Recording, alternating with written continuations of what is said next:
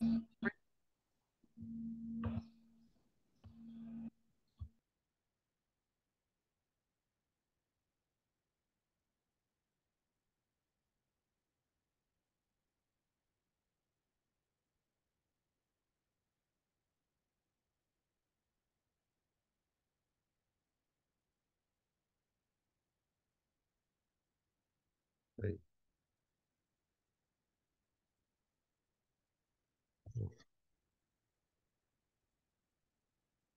Boa tarde, pessoal. Tudo bem? Hoje eu tive que mudar o nosso cronograma de aula, né? Não o cronograma em si, mas a aula. Então eu vou dar uma aula de física hoje. Eu tenho um compromisso que aconteceu meio que inesperadamente. Então eu vou ter que sair daqui um pouquinho mais cedo e a professora Silvane entra na segunda parte. E aí amanhã a gente pega as duas últimas aulas, tá bom? Vai até ser bom por um lado, porque essa aula é uma aula bem importante, a terceira aula de física, porque é a parte de eletricidade, né? Eu diria para vocês que aqui a gente vai encontrar provavelmente umas 4 questões da prova, mas juntando aí com umas 7 de mecânica, dá 11. As outras 4 distribuídas em ondulatória, ótica e termologia. Por outro lado, a aula de química, que é a nossa última, seria hoje também, ela é muito difícil, porque tem termoquímica, pilha, eletrólise, equilíbrio químico. Então, acabou que, por sorte, deu certo, porque a aula de amanhã vai ser uma aula de física mais tranquila, aula de ondulatória, de termologia e de ótica, e a de química mais pesada. Se a gente fosse ter as duas aulas hoje, seriam duas aulas bem pesadas, né? Mas beleza. Gente, eletricidade no Enem. Eletricidade no Enem tem uma coisa que eu percebi, porque não sei se vocês perceberam isso, né? Mas todas as questões que a gente está fazendo são questões do Enem. Tem nenhuma questão aqui de outro vestibular. Fiz questão de trazer só questões do Enem, não, não por conta de você achar que vai cair a mesma questão, mas para que a gente perceba padrões.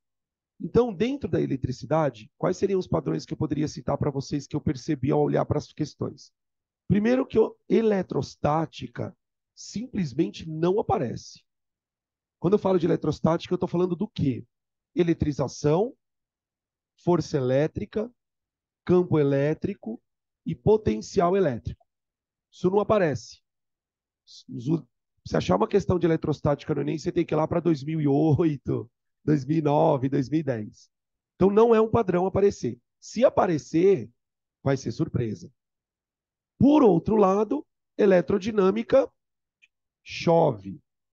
Circuitos, geradores, circuito gerador receptor, que apareceu recentemente, resistência equivalente, potência, são assuntos que vão aparecer. E nos últimos anos, tem aparecido reincidentemente eletromagnetismo. Então, a aula de hoje é basicamente para resolver questão de eletrodinâmica e eletromagnetismo, tá? Pensando nas TRIs, questão de eletromagnetismo pega, são questões mais complicadas. As questões de eletrodinâmica oscilam entre fáceis, médias e difíceis. Você consegue achar questão de tudo quanto é tipo, tá? Beleza? Vamos fazer que nem a gente fez nas outras aulas. Eu vou começar fazendo aqui uma questão, e aí, à medida que vocês forem falando, eu vou fazendo as outras, tá? A primeira é minha, de vocês, o resto é de vocês, tá bom? Eu vou começar com a questão número 1 mesmo, tá? E aí, quem for pensando em alguma questão aí, a gente vai fazendo juntos, tá? Então, na página 25, questão 1. Talvez eu tenha que parar a aula em alguns momentos para a gente poder fazer uma revisão de teoria, sobretudo quando vier eletromag, que a eletromag pega um pouco mais, né? Questão 1. Oi, acabei de falar. Ah, estava conversando, né? Eu sabia que você ia ficar puto. Mas praticamente não cai. Tanto é que eu nem achei questão nos últimos 5 anos aí, não apareceu nada de eletrostática. Questão 1. A questão 1 é uma questão multidisciplinar, porque ela mistura pilha com gerador. Porque tecnicamente, né, pessoal, o gerador é uma pilha, na verdade. Não é que o gerador é uma pilha. Pilhas são geradores elétricos, que fornecem diferença de potencial. Então ele fala o seguinte: o quadro lista alguns dispositivos elétricos ou eletrônicos que estão presentes no nosso dia a dia, bem como a faixa de força eletromotriz necessária para o seu funcionamento. Tá bom. Relógio de parede, celular, câmera digital, carrinho de controle remoto e laptop. Gente, para um pouco aqui. Quando a gente estuda eletrodinâmica, é muito comum que a gente estude circuitos. Nos circuitos, eu tenho sempre quatro dispositivos. O que a gente encontra num circuito? Eu encontro geradores. Que mais? Receptores, resistores e medidores. Na verdade, tem um quinto elemento que a gente. Por exemplo, nem dou aula disso. Nos cursos que eu dou, eu não dou aula disso.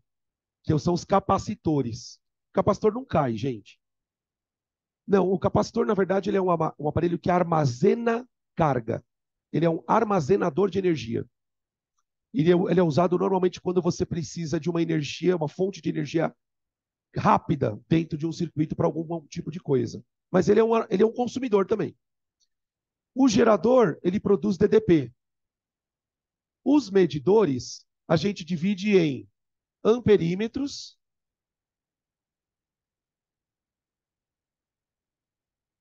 e voltímetros.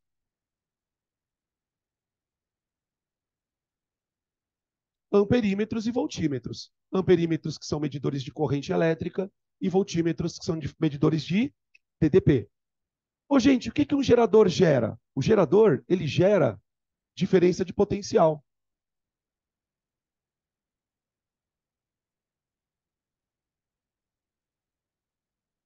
E os dois que estão aqui no meio, né, os receptores e os resistores, são aparelhos que consomem energia. Consomem. Mas eles consomem de maneiras diferentes. Resistores consomem energia por uma coisa chamada efeito Joule, que é a transformação de energia em calor. Então, por exemplo, coisas na sua casa que são feitas para esquentar. Chapinha de cabelo, torradeira, o secador de cabelo tem resistor, chuveiro, eu ia falar uma outra. Sabe aquelas churrasqueiras elétricas? Também. Ferro elétrico, ferro de passar roupa. Isso é para esquentar. Tudo que consome energia, mas que não seja necessariamente para esquentar, eu chamo de receptor. Por exemplo, relógio de parede. Relógio de parede pega energia elétrica e transforma em movimento, não é? Câmera digital. Esses aparelhos que estão todos aqui, carrinhos de controle remoto, eles são todos receptores, são consumidores, tá? Só que eles não entram na categoria de resistor porque eles não são feitos para esquentar, embora esquentem. Todo receptor tem uma resistência interna, tá bem? Beleza. E aí ele fala que cada um deles funciona, na verdade, os receptores, né? Eles funcionam com uma força eletromotriz, que a gente representa assim, ó, gente.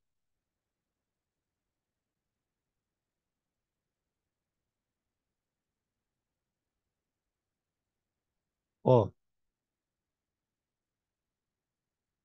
isso aqui é um circuito chamado circuito gerador receptor. Um desses caras é a pilha. Isso aqui é por exemplo, isso aqui pode ser a pilha, ó. Imagina que isso aqui é uma pilha, tá, ó, gente? Ih, começou. Não, calma aí, já explico. Peraí. Ó, tem gente, tem microfone aberto. Isso é uma pilha, faz de conta que isso é uma pilha, tá? Isso aqui seria o polo positivo da pilha, isso aqui é o polo negativo. Danilo, como que você sabe que um é gerador e outro é receptor? Vocês lembram isso? Não, antes disso. Tipo, essa tua resposta é a resposta para outra pergunta que eu ia fazer. Quem é o gerador, quem é o receptor? A pergunta é antes. Como é que eu olho para isso e sei que existe aqui um gerador e um receptor? Por causa dos polos. Quando eu observo os dois dispositivos com os polos positivos virados um para o outro, você pode ter certeza, um é gerador e o outro é receptor. Então, por exemplo, suponha que isso seja o gerador e isso aqui, ó, é um desses aparelhos que está na tabela. Pode ser o relógio, pode ser não sei o quê, a câmera digital, tá? É basicamente isso. Só que cada um precisa de uma FEM para funcionar. Aí ele fala o seguinte: considere que uma bateria é constituída por uma associação de três pilhas. Então, ó, imagina que isso aqui seja, na verdade, isso aqui, ó, gente.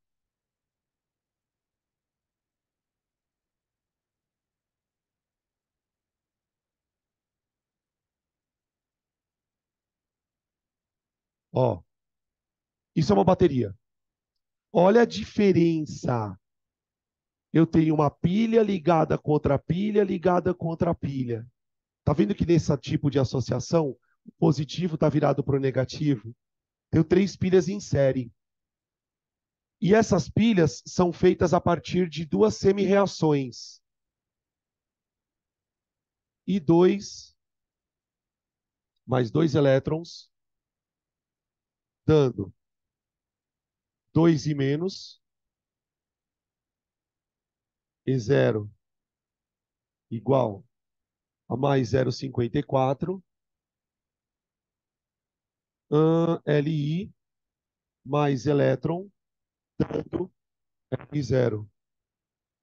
I0 igual a menos 3,05. Tudo bem? Tá. E aí ele continua dizendo o seguinte: considere que uma pilha é constituída pela associação de três baterias lítio e iodo nas condições padrões, conforme as reações indicadas. Essa bateria de lítio e iodo, ela é adequada para o funcionamento de qual dispositivo? Então ele quer saber o seguinte: com essa bateria, o que que eu consigo fazer funcionar dessa tabela? O que que eu consigo fazer funcionar? Gente, vai depender do quanto de força eletromotriz ela produz. Lembra que numa pilha existe um tipo de reação acontecendo, chamada reação de óxido-redução. A corrente elétrica produzida por uma pilha, ela é originada a partir de um elemento que perde elétrons e um elemento que ganha elétrons. Tudo bem? Por isso que ele fala bateria lítio-iodo, ou, por exemplo, vocês devem ter visto no cursinho, bateria pilha zinco, cobre, pilha níquel, cádmio. Eles sempre usam um par de substâncias para falar da pilha. Porque uma substância vai oxidar e a outra vai reduzir. Tá bom. O que que a gente sabe? Que a força eletromotriz de uma pilha, ela é dada pela soma de dois potenciais. O potencial de oxidação que está no ânodo, ou seja, o potencial de oxidação de quem oxida. Deixa eu ficar mais para cá para o pessoal de casa conseguir enxergar.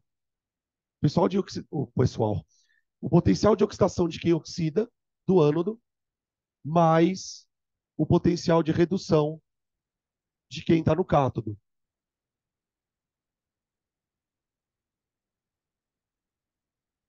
Tudo bem? Tá.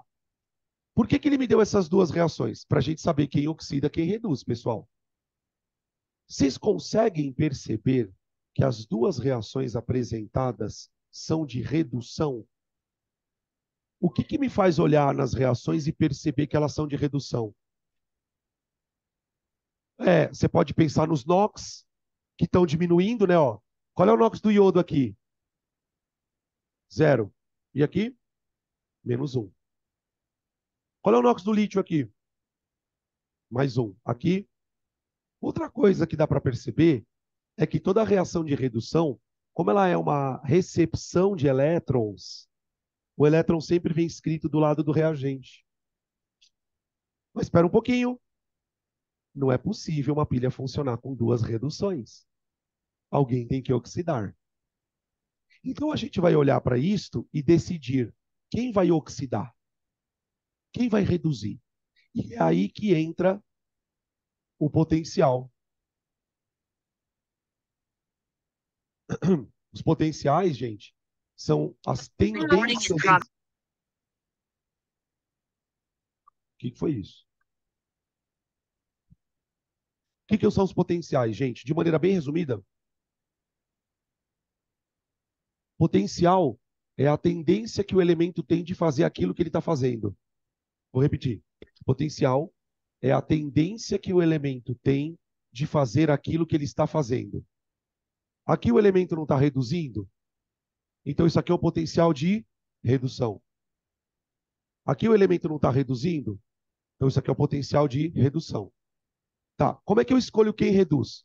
Quem reduz é aquele que tem mais tendência para isso. Olhando nos potenciais, como é que a gente sabe quem tem mais tendência? É o número maior. Então, o iodo, ele vai reduzir. E o que vai sobrar para o lítio?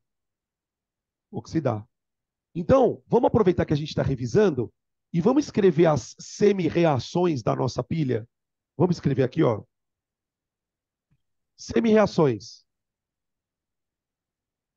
Semi-reações.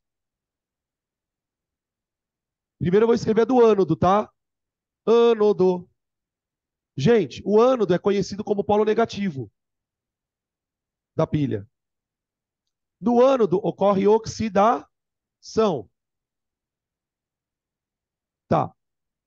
Quem vai oxidar é o lítio. Então, o que eu tenho que fazer com essa equação? Lembra? Inverter ela. Ô, gente, nenhum vestibular do planeta vai te dar de mão beijada quem oxida, quem reduz.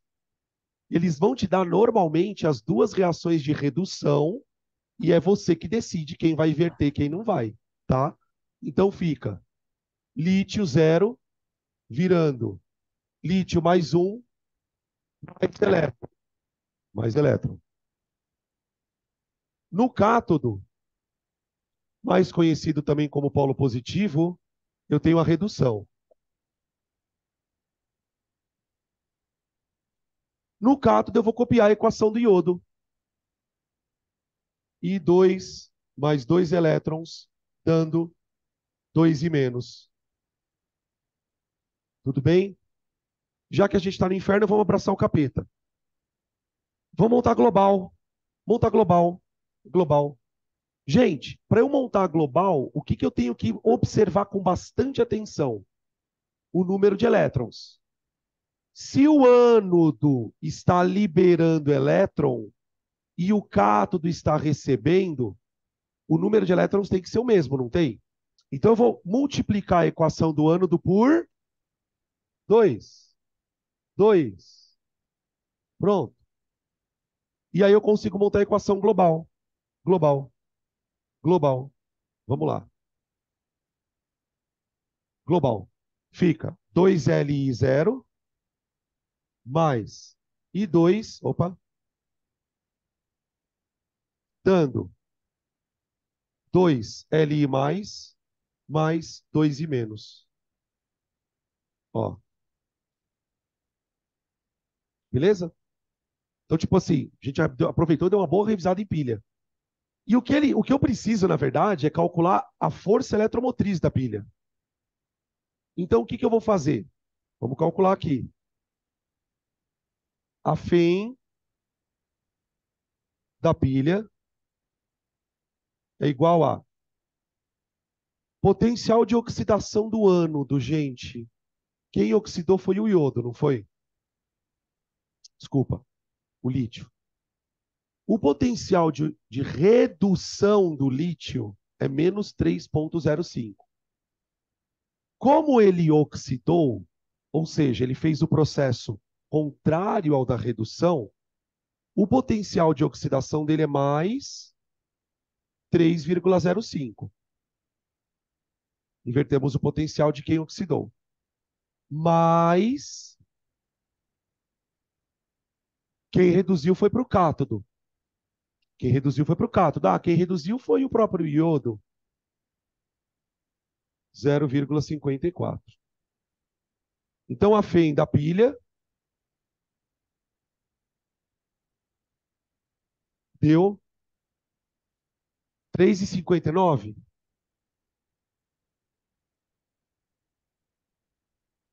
Tudo bem?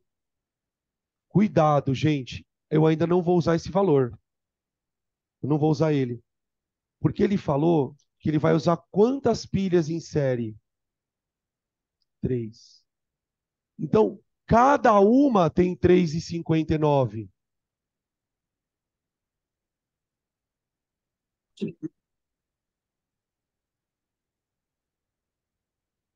Então, na verdade, pessoal, o meu gerador, ele está operando com que diferença de potencial? 3 vezes aquilo. 3, 6, 9, 5, 10, 15, 11,5, 9, 0,27. Dá 10,77. Eu acho que é isso. Esse é o DDP do gerador. Tudo bem? Mano, você vê quantas coisas tem na mesma questão. Fala.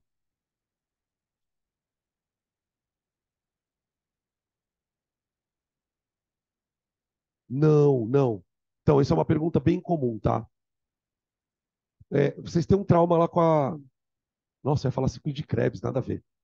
Vocês têm um trauma com a lei de Hess. Porque quando vocês vão fazer lei de Hess, o que vocês aprendem lá na escola? Ah, se eu tiver que multiplicar a equação, eu multiplico ΔH.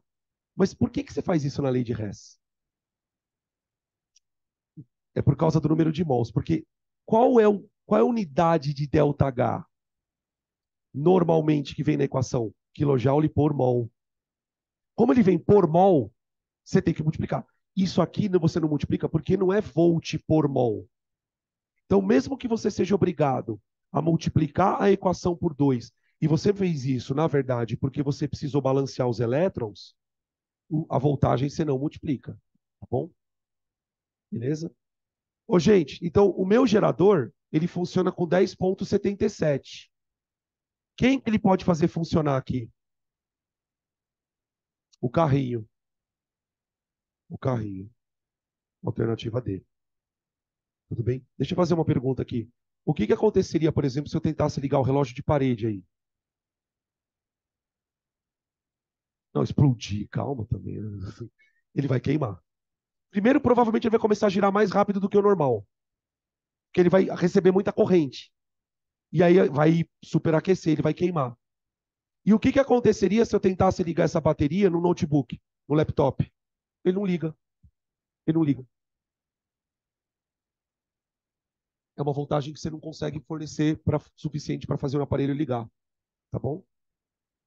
Alternativa T de dado. Beleza? E aí, agora é com vocês. Ou continuo eu? Qual? A 2. A 14 também. Olha lá, começou, beleza. A 10 também, olha lá. Então, vou começar com a 2. A 2 é uma questão que também relaciona a pilha com o circuito, mas aqui já é uma coisa mais conceitual. Vamos ler.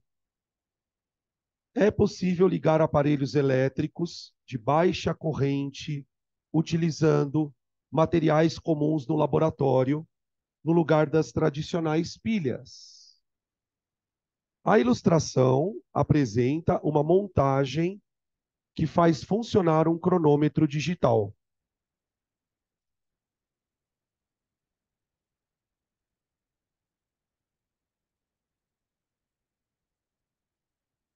Vai me ajudando aí. Deixa eu só ver uma coisa.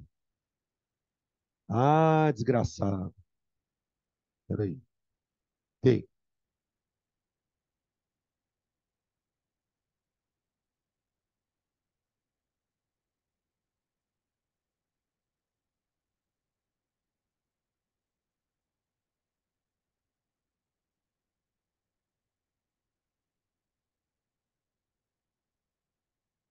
Então ele fez o seguinte, ó.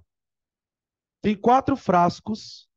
No primeiro frasco, agora vamos ler o frasco da esquerda para a direita, tá? No primeiro frasco, da esquerda para a direita, eu tenho um eletrodo de cobre e aqui eu tenho um eletrodo de zinco. Mano, isso aqui é uma pilha. É a mais tradicional de todas. É a pilha de Daniel. Se você lembrar da pilha de Daniel, você consegue me dizer até quem é o polo positivo e negativo dessa pilha. Quem é o ânodo da pilha de zinco cobre? É o zinco. O zinco oxida e o cobre reduz. Alguém lembra de cabeça quanto que vale a DDP dessa pilha? 1,10. Olha quanto o voltímetro está marcando. 2,20. Porque são 2 pilhas. Então, na realidade, quando eu olho para isso aqui, e aí vamos lá, devagar. Eu tenho aqui um eletrodo de zinco, que é o polo negativo da pilha. Ah, professor, eu não saberia dizer que isso é o polo negativo. Não importa. O que importa é que um é um polo, o outro é o outro. Tá bom? Agora, vocês percebam uma coisa. Olha onde o eletrodo de zinco desta pilha está ligado na outra. Em que eletrodo ele está ligado? Que é o polo positivo. E aqui está o de zinco, não está?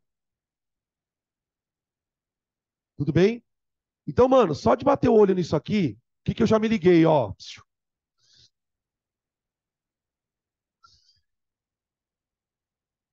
São 2 pilhas em série. Tudo bem? Tá. Agora, reparem em uma outra coisa. Do polo do zinco da segunda pilha, aqui tem o zinco da segunda pilha, né, ó. E aqui está o cobre. Tá saindo 2 fios. Um tá ligado no cronômetro, que está conectado aqui, ó.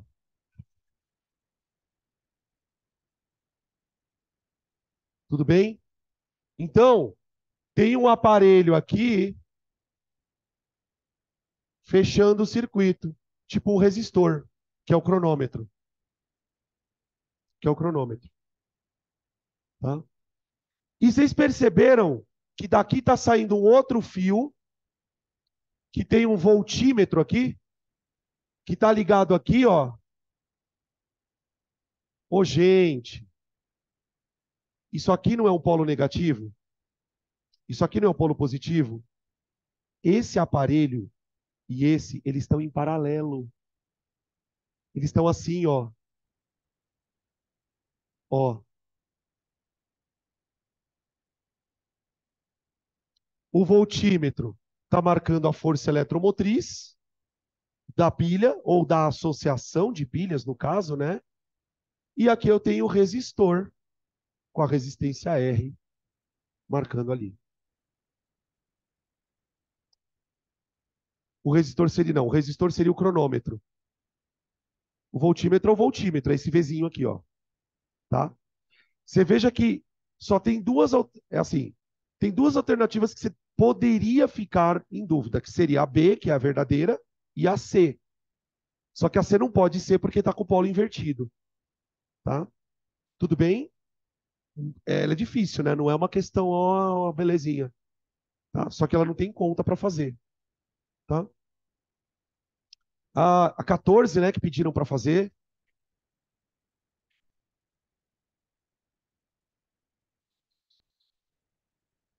Meu Deus. Eu acho que eu vou ter que falar umas coisas antes de fazer a 14.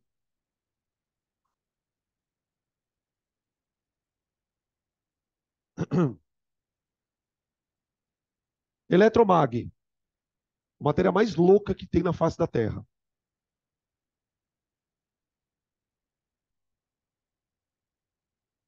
Gente, eletromagnetismo, para o Enem, você tem 4 coisas que você tem que saber.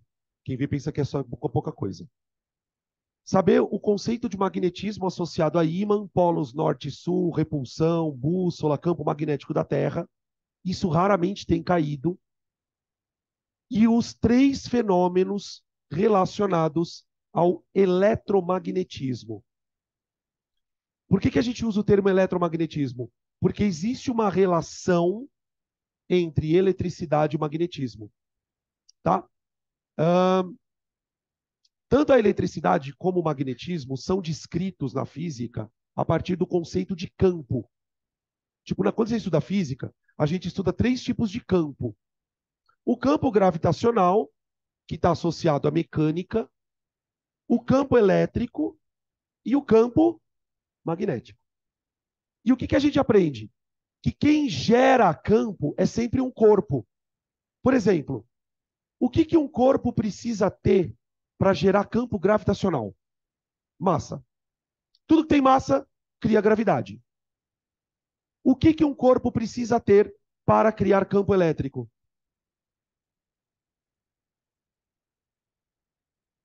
Carga. Carga. Se uma coisa tem carga, ela cria em torno dela um campo. Só que o que a física descobriu? Que cargas também podem criar campos magnéticos. Também. E cargas também podem ser afetadas por campos magnéticos. Então, um dos fenômenos, que eu chamo de segundo fenômeno eletromagnético, diz o seguinte: toda carga. Opa! Toda carga, vírgula, quando imersa num campo magnético,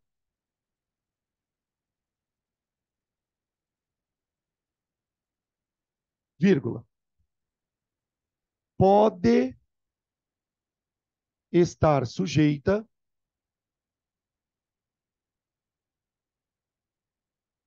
a uma força magnética.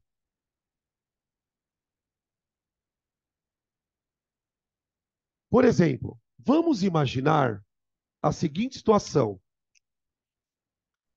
Ah, e aí tem uma questão, né? O que eu preciso saber sobre isso? Você precisa saber descrever como é essa força. Quando eu falo em descrever uma força, eu estou falando de descrever um vetor, módulo, direção e sentido, exatamente. Então, vamos imaginar esta cena para você entender primeiro. Imagina que você tenha, sabe aqueles ímãs de barra? Sabe ímã de barra? Imagina que eu vou pegar 2 ímãs de barra e colocar um assim perto do outro, ó, e deixar aqui um espaço vazio. Só que eu vou fazer o seguinte, eu vou fazer assim, ó. Eu vou pegar o polo norte de um dos ímãs, aqui. Então, isso aqui é um pedaço de um ímã, tá? Não vou desenhar o ímã inteiro, gente. Isso aqui é o polo norte do ímã, tá? E vou deixar um espaço aqui, e aqui eu vou colocar o polo sul de um outro ímã.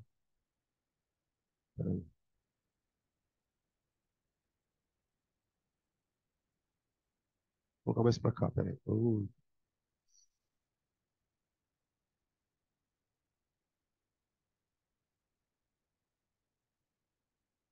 Aqui. Pronto.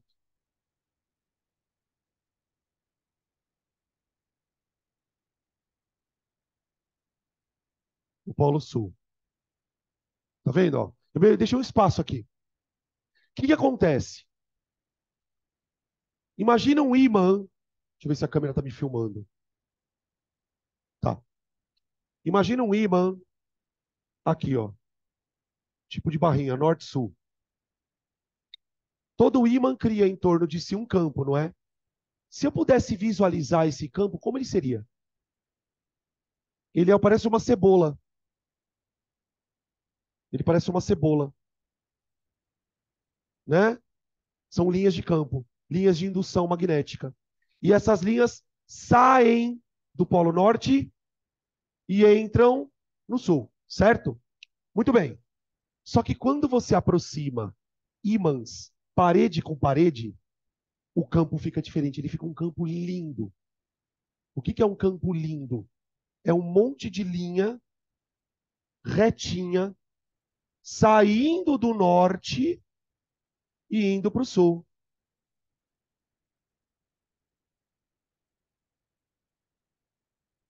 A gente representa as linhas do campo com o símbolo B de bola. B de bola. Esse campo é um campo magnético uniforme. Ele é todo bonitinho. Aí o que eu vou fazer? Eu vou pegar uma carga, na minha mão que tem uma carga, ó. Pode ser positiva ou negativa. Guarda isso. Ela pode ser positiva ou negativa. E eu vou jogar ela dentro do campo. Joguei. Velocidade. Tá vendo que ela vai atravessar o campo? Essa carga vai ser desviada para algum lado. Quando ela mergulha no campo, por isso que eu falei que ela está imersa, ela fica sujeita a uma força. E qual que é a loucura do negócio? Às vezes essa força pode atuar como centrípeta. E o exercício vai falar sobre isso. Vai depender de algumas questões. Bom, o que você precisa saber sobre essa força para o vestibular? Primeiro, se ela é uma força, ela chama força magnética de Lorentz. Força magnética. Essa força tem um módulo. Ela tem um módulo. E o módulo é Q, V, B, vezes seno de θ. Onde? O que é o Q? É a carga. É o módulo da carga. É o módulo da carga. Ou seja, quanto maior a carga, maior a força. V é a velocidade com que a carga está no campo. Pelo amor de Deus, presta atenção numa coisa aqui. Isso é muito estranho. Se eu pegar a carga, olha para cá. Se eu pegar a carga e só colocar ela dentro do campo aqui, ó, e sair, tirar a mão, a força não age, porque ela vai estar parada. Se a carga estiver parada no campo, ela não sente o campo. Ela precisa ter uma velocidade. Ela precisa ser lançada dentro do campo. Lançada. P é a intensidade do campo. Se o campo é mais forte, se o campo é mais fraco. Né? E esse ângulo θ aqui, maluco? Seno de um ângulo. Ô, gente, o campo é um vetor. A velocidade também é um vetor. O campo e a velocidade vão formar um ângulo. É o seno desse ângulo. Então, θ é o ângulo entre a velocidade e o campo. QVB, seno de θ. Tudo bem? Isso aqui é o módulo. Módulo. Tá bom. Nesse exercício eu vou ter que usar o módulo. Mas eu já vou aproveitar e falar das outras coisas. Além de um módulo, o que um vetor também tem necessariamente? Direção e sentido. Então, direção e sentido. Aí, eu vou fazer o seguinte, já que nós estamos fazendo toda essa teoria, a gente vai fazer o 14 e depois a gente vai fazer o 10, tá? Me lembra, por favor. Me lembra. E o 10 é na mesma linha. Ah, é, você pediu, né? Sim, que é o valor da carga. Tá? E é em módulo, tá? Então, tipo assim, se a carga for negativa, você só põe o valor. Tá? Gente, a direção e o sentido são dados por uma regrinha muito famosa chamada regra da mão esquerda.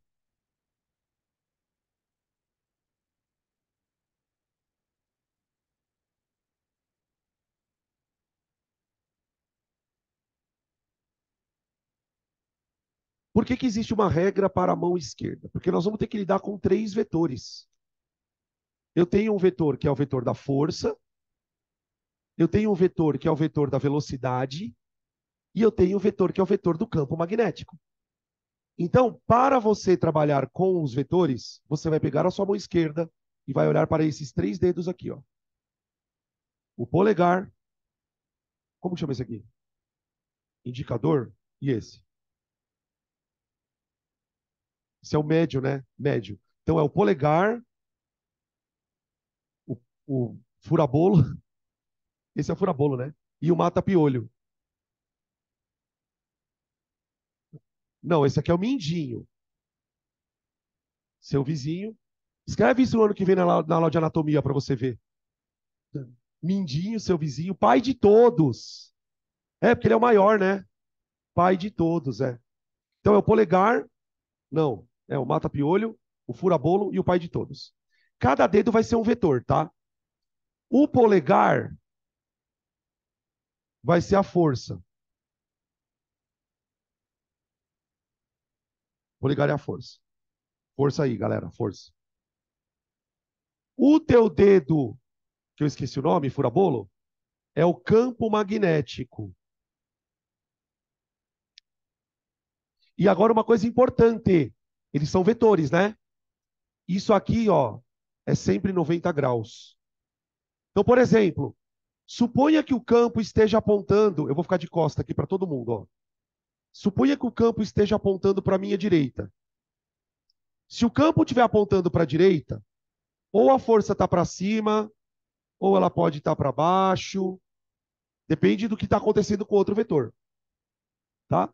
Se o campo estiver apontando para vocês, ó, a força pode estar para cima, ela pode estar para o lado, ela pode estar para o outro, tá? O terceiro dedo, que é o pai de todos, é a velocidade, tá bom? Força, campo magnético, velocidade. Faça bom vestibular. Pronto, acabou. Tá? FBV. E aí você vai fazer assim, ó. Tá? Então você tem um dedo da velocidade, o dedo do campo e o dedo da força.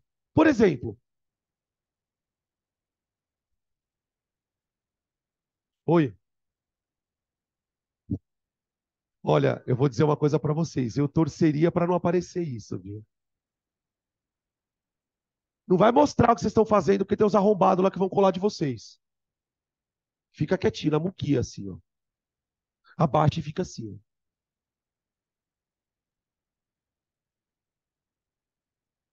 É, não vai fazer com a direita.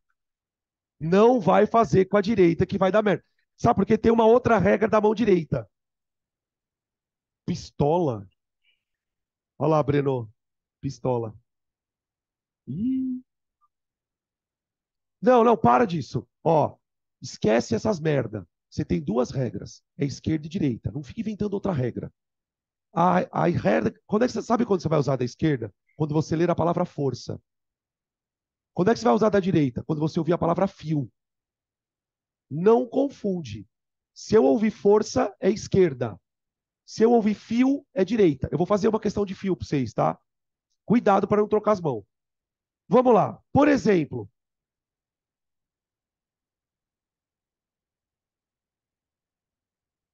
não, calma, calma.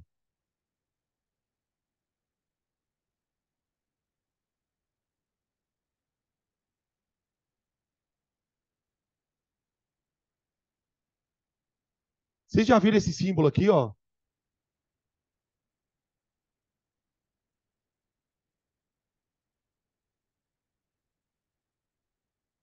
Vamos lá. O que esse símbolo quer dizer? Que eu tenho um vetor campo magnético entrando na lousa. Entrando na lousa. Tá. Agora eu vou fazer o seguinte. Eu vou pegar uma carga positiva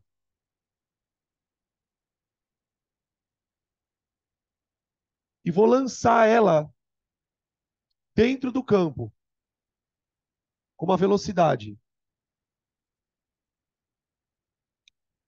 Isso é uma questão perfeitamente plausível de aparecer na prova. O cara fala assim: considere a figura que representa linhas de campo entrando no plano do papel.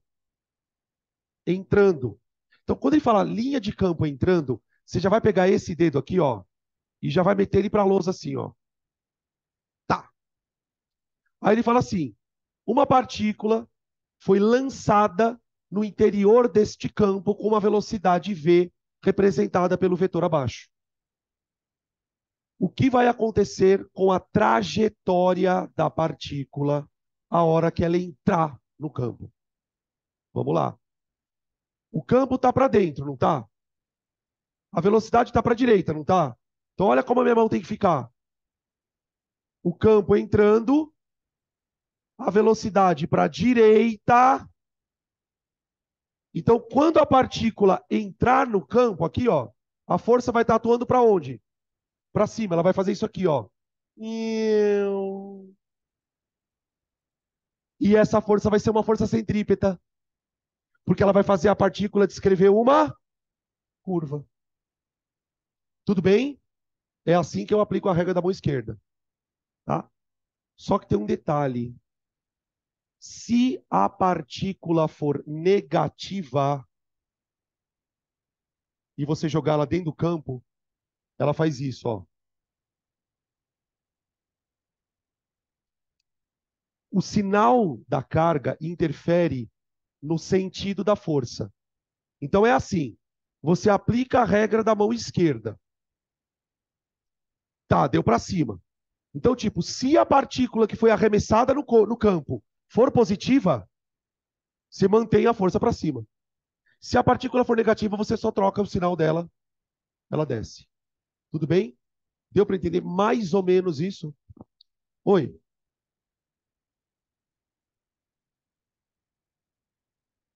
Vamos ver. Você quer tirar esse campo e colocar um campo saindo? Não, não, não. Cuidado. Não tem como um campo ser entrando, um campo ter saindo. Isso aqui é uma região. Tenta imaginar o seguinte, Breno. Imagina que a parede onde vocês estão aí é um ímã. E essa outra parede é um outro ímã. Sim, os campos são sempre uniformes, tá? Porque não tem como você analisar se o campo não for uniforme, senão vira uma zona. Então você tem ou o campo entrando ou o campo saindo. Claro que ele pode ter outras situações. Por exemplo, imagina que o cara me desenha o campo assim, ó. Campo assim, ó.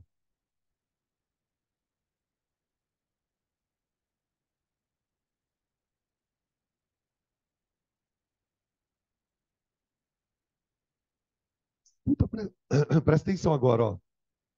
O campo ele está na horizontal para o lado. Eu vou jogar a partícula na lousa. Eu vou atirar a partícula na lousa. Então a velocidade da partícula está entrando. Para onde vai a força? Depende do sinal da partícula.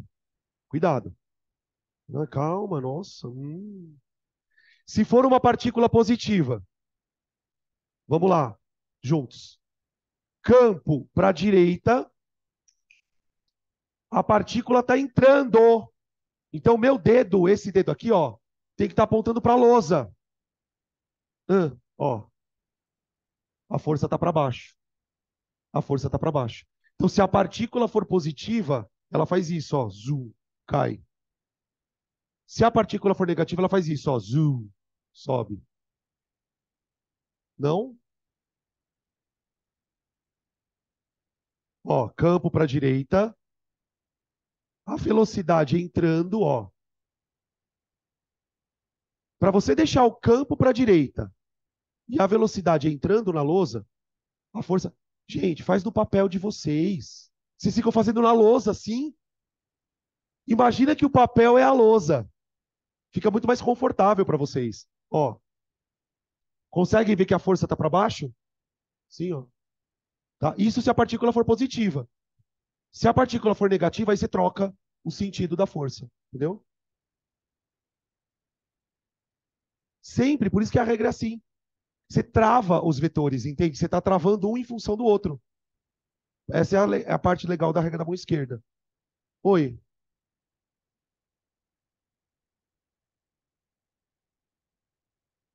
Sim, sim, sim, ela vai fazer um círculo. Ela vai, na verdade, assim, não é sempre que ela vai fazer um círculo, Breno. O que que acontece?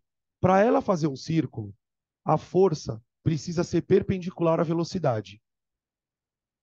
E isso só vai acontecer quando esse ângulo for 90 graus. Porque pode acontecer da partícula ser lançada assim no campo, ó, formando 30 graus, por exemplo. Não é sempre que ela vai fazer um círculo, entendeu? Uma coisa é você jogar a partícula assim, ó, que daí ela forma 90 graus. Aí ela vai fazer um movimento circular. Aí ela faz um movimento circular, que é o que vai acontecer no exercício, tá? Hã? Professor, 180 não, 90. Oi.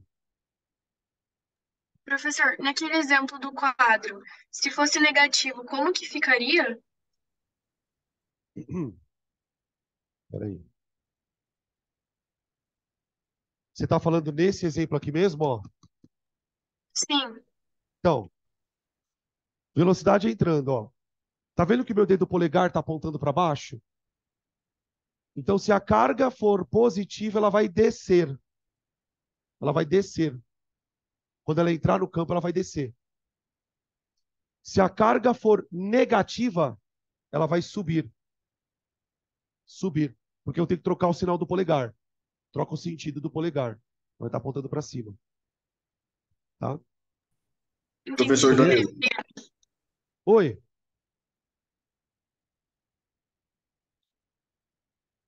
Hum. Vamos fazer a questão ô, agora? professor, Oi. professor, voltando nesse exemplo, esse segundo exemplo que o senhor deu, então eu posso dizer basicamente, já que a velocidade não é um vetor, ela vai ter direção e sentido, ela é positiva.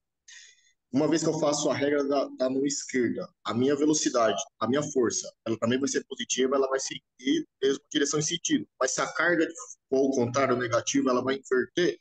Basicamente a mesma ideia de cinemática, se carga invertida, ela vai pegar um sentido contrário. Você pode pensar nisso. Não é exatamente a mesma coisa, mas a ideia é a mesma. Você pode usar isso como associação que está tudo certo, tá? Beleza, gente? Tá, agora vamos ler a questão, mano. Questão 14. Oi.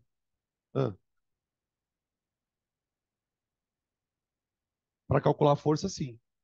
Não, você usa a regra da mão esquerda normal, só que aí o que vai acontecer na regra da mão esquerda? Você não vai formar um L aqui, ó. Você vai formar um negócio meio deitado. O que que acontece na verdade? A força, ela é sempre perpendicular ao campo. Isso ela é sempre perpendicular. O que pode variar é esse ângulo aqui, ó. Tá?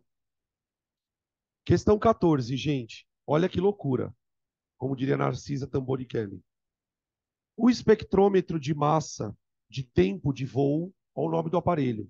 Espectrômetro de massa de tempo de voo é um dispositivo utilizado para medir a massa de íons. O que é um íon? É uma partícula que tem carga. Então ele quer medir massa de íon. Nele, no espectrômetro de massa de tempo de voo, um íon de carga elétrica Q é lançado numa região de um campo magnético constante, descrevendo uma trajetória helicoidal. O que é uma coisa helicoidal? É uma coisa que gira e anda ao mesmo... Porque assim, ó, olha para o meu braço. Eu estou fazendo isso, ó. Movimento circular, certo? Agora imagina se eu faço isso, ó. Eu vou fazer um movimento circular e vou andando. Não vai virar uma espiral? Quer dizer, não é bem uma espiral, porque ela não vai diminuindo. É uma mola, exatamente. Round, round, round. É esse o movimento que o corpo está fazendo. Porque ele está fazendo um movimento circular e, ao mesmo tempo, está andando dentro do aparelho. Ele vai explicar isso mais claramente. Ó. Ele fala assim, essa trajetória é formada pela composição de um movimento circular uniforme no plano YZ. Então, ó, movimento circular e translação ao longo do eixo X. Então ele está andando no eixo e girando num plano.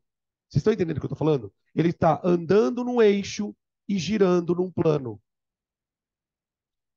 A vantagem desse dispositivo é que a velocidade angular do movimento helicoidal independe da sua velocidade inicial. O dispositivo, então, mede o tempo de voo para N voltas do íon. Logo, com base nos valores Q, B, N e T,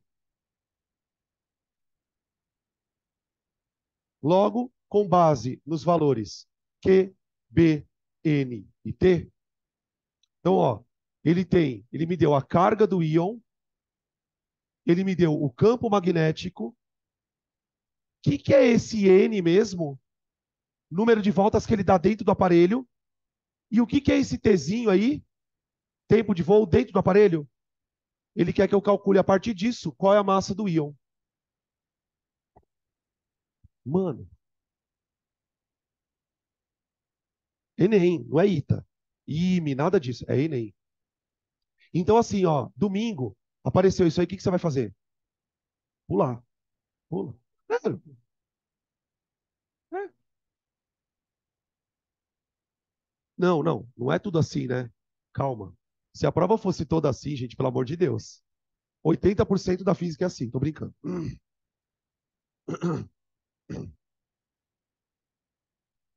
Então vamos lá. Vamos tentar entender a bagaça. Se ele falou no exercício que ele está fazendo um movimento circular uniforme, não é? Então vamos imaginar esse movimento assim, ó. Que a velocidade. Aqui tem uma força atuando como centrípeta. Adivinha quem é a força que está atuando como centrípeta? A força magnética. E essa força só existe porque tem um campo, não é mesmo? Tudo bem? Ô, gente, a força centrípeta, lembra que eu falei para vocês pela regra da mão esquerda, que a força está sempre perpendicular ao campo? A força está sempre perpendicular ao campo. Então eu tenho velocidade que está perpendicular à força. Opa! Por que a velocidade tem que estar perpendicular à força? Porque ela é centrípeta. Ela é centrípeta. E o campo, ou ele está entrando na lousa, ou ele está saindo. Então eu vou escrever assim, ó. A força centrípeta é igual à força magnética. Como é que eu calculo a força centrípeta do corpo? Ela tá atuando, a magnética está atuando como centrípeta. Como que eu calculo a força centrípeta num corpo, gente? M V ao quadrado sobre R. Olha a massa aqui, apareceu a massa. Ele quer a massa. Então eu já sei que eu vou ter que isolar essa massa. Isso é igual a Q, V, B vezes seno de um ângulo. E o ângulo é 90 graus. Ah, mas professor, por que o ângulo é 90 graus? Porque a força, a velocidade e o campo magnético estão perpendiculares. Imagina o campo magnético assim, ó, gente. Tá tudo perpendicular. Então aqui é 90 graus. Seno de 91. Portanto, M. Opa, peraí. Dá para a gente cancelar uma coisa aqui. A velocidade. Isso. Deixa eu só apagar isso aqui para não confundir o pessoal lá de casa. Ó, eu vou cancelar a velocidade. Cancela a velocidade com a daqui e com a daqui. Então fica M vezes V dividido por R igual a Q vezes B. Para um pouco aqui. Esquece um pouco o problema por um minuto. Essa expressão ela vai dar origem a uma fórmula muito famosa no eletromag. Quando essa carga estiver descrevendo um movimento circular, você concorda que esse movimento circular tem um raio? Se eu isolar o raio, eu tenho uma das fórmulas mais famosas do eletromag. Isola o raio aqui. MV sobre QB, Habib me vê um quibe. Essa é a fórmula mais famosa do eletromag. Habib me vê um quibe. Ela é uma fórmula especificamente para esta situação, que relaciona o raio da partícula dentro do movimento circular com a velocidade, com a massa, com o campo e com a carga. Tudo bem? Guarda essa fórmula. Eu não vou usar ela do jeito que ela está. Por quê? Porque eu quero calcular a massa do corpo. Se eu quero calcular a massa do corpo, quem que eu tenho que isolar, gente? O M. Só que tem um problema. Vamos isolar o M para vocês perceberem o problema. Na hora que eu isolar o M, vai ficar assim, ó. M igual a Q vezes B vezes R dividido por V. Se você procurar na alternativa, não tem nada disso. Sabe por que, que não tem nada disso? Porque ele não me deu R, ele não me deu a velocidade. Quais são as incógnitas que ele quer que eu coloque na expressão? Ele quer que eu coloque Q, B, N e T. Então eu vou ter que fazer uma mágica. Escuta, como é que eu calculo a velocidade de um corpo quando ele está em movimento uniforme, circular uniforme? 2πr sobre período. Puta, tive boa, boa, boa. M igual a Q, B, R sobre 2πr sobre período, não é? Olha que beleza. Já cancelamos o R. Tudo bem? Só que não se empolga. Tá vendo esse T aqui? Esse T não é esse T aqui, ó. Por quê? Esse T é o tempo que ele dá uma volta. E esse aqui é o que ele dá várias. Quantas? N. Então veja, eu tenho que tirar esse T daqui, ó. Mas eu posso dizer o seguinte, então. Se eu pegar o tempo de uma volta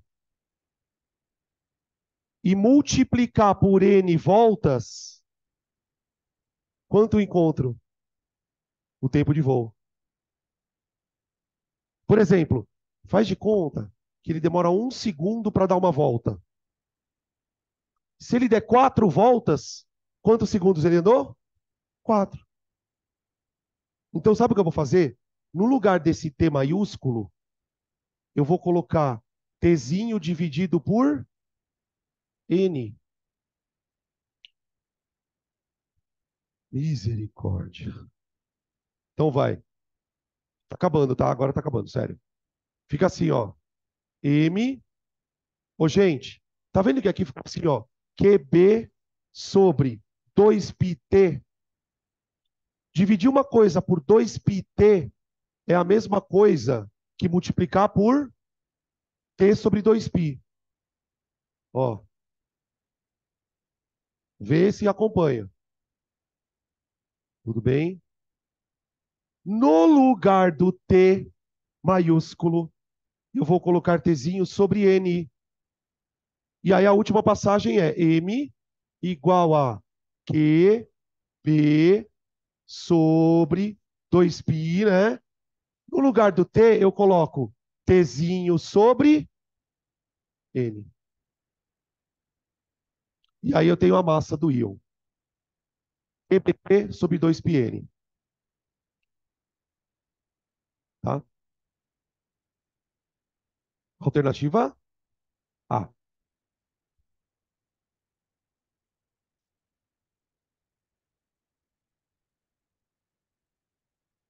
Hum, Oi, tem como voltar rapidinho só para poder tirar foto? daqui tá bom assim, ó, peraí. Isso, obrigada. Nada.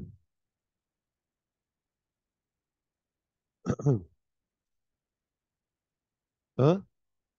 A única chance de você fazer isso em 3 minutos é você já ter feito umas 3 vezes. Sabe qual é o problema, gente? Deixa eu falar uma coisa pra você. Quantos exercícios de cinemática você já fez na sua vida? Cinemática. Eu aposto que eletromagnetismo você não fez nem um centésimo disso. Esse é o problema. Sabe por que que ele é difícil? Porque você nunca viu. Não estou dizendo que ele é fácil, mas ele é um exercício que você precisa fazer 50, 60 exercícios de eletromag. Então, ó, uma dica muito importante é: eu preciso estudar aquilo que eu não sei. Não adianta estudar biologia. Não estou falando que biologia é fácil, mas a gente tem uma tendência, muitas vezes, a estudar muito aquilo que você sabe. O desafio é fazer o contrário. No meu último ano de cursinho, sabe qual foi a primeira matéria que eu comecei estudando? Essa merda aqui, ó. Eu larguei cinemática. Eu já sabia.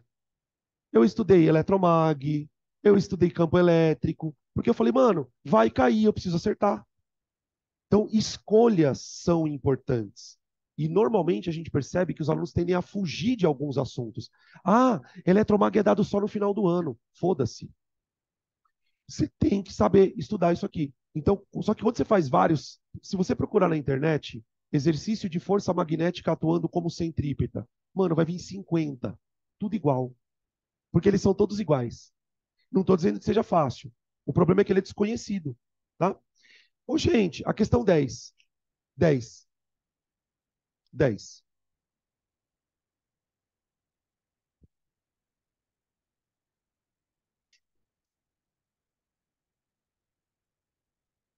A 10 vocês vão gostar.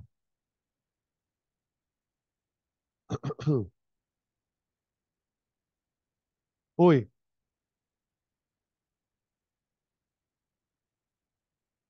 Hã? Quando tem presença de corrente gera campo. E variação de campo gera corrente.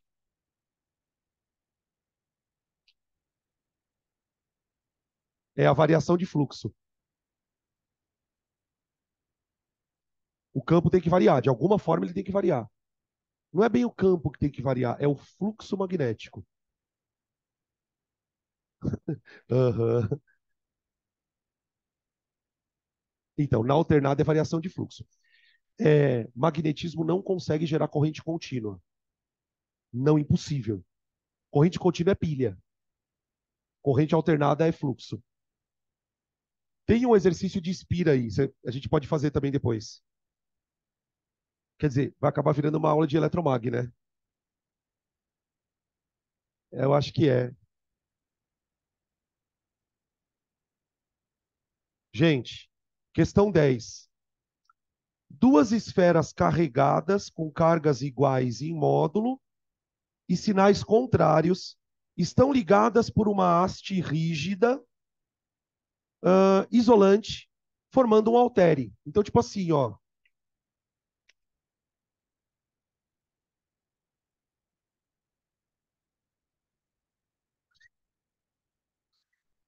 A daqui é positiva, né?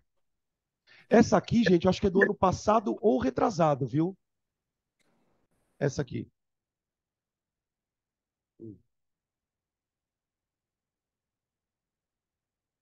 Aqui. Elas estão grudadas uma na outra. O sistema, presta bem atenção nessa frase que ela tem uma coisa chata. O sistema se movimenta. Se ele se movimenta, o que que ele tem, gente? Velocidade. O sistema se movimenta sob a ação da gravidade. O que significa se movimentar sob a ação da gravidade? Ele está caindo. Ele está caindo. O sistema se movimenta sob a ação da gravidade numa região onde tem um campo magnético uniforme B da esquerda para a direita. Então o campo ele está assim, ó.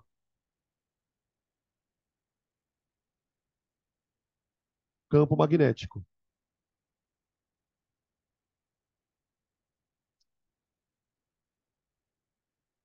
A imagem apresenta o sistema visto de cima para baixo no mesmo sentido da gravidade. Ô, gente, dá uma olhada na foto. Para onde está apontando a gravidade? Para baixo. Só que o que é o baixo aí? Para dentro do papel. Vocês perceberam isso? Vocês já repararam que quando a gente vai estudar queda livre, a gente representa a gravidade assim, ó? Hã? Como você representaria esta gravidade se você estivesse olhando daqui? Assim. Entenderam? Então as cargas, elas estão entrando na lousa. Portanto, a velocidade está entrando. A velocidade está entrando. Tá bom. Visto de cima, o diagrama esquemático das forças magnéticas que atuam no sistema no momento inicial em que as cargas penetram na região está melhor representado em... Então ele quer saber como que estão as forças nas cargas. Vamos lá. Carrega na mão esquerda. O campo está para a direita, não está? Esse dedo aqui é a velocidade, ó. Vira o dedo para a lousa. Porque o campo, a partícula está entrando na lousa. E o campo está indo para a parede ali, ó. Tá. Na carga positiva, a força está para baixo. E na negativa, ela está para cima. Acabou. Olha a diferença de caso. O mesmo assunto. TRI foda, TRI baixa. TRI fácil. Entende? Não dá para prevenir, para prever. Oi? Eu não entendi por que a negativa é ao contrário. Você tem a ver com o Porque quando a sinal. carga é negativa, você tem que trocar o sinal. Lembra da força? Que eu Ah, falei é. aqui, ó. Tá bom? Se a carga for negativa, eu tenho que inverter o sentido da força. É só se basear pela positiva, exatamente. O que você tiver para positiva, você inverte para negativa. Tá bem? Alternativa A. E aí? Eu escolho? Ou vocês? Pediram aqui no chat a 3 e a 6. Pô. 3, 6, 7. Deixa eu ver aqui.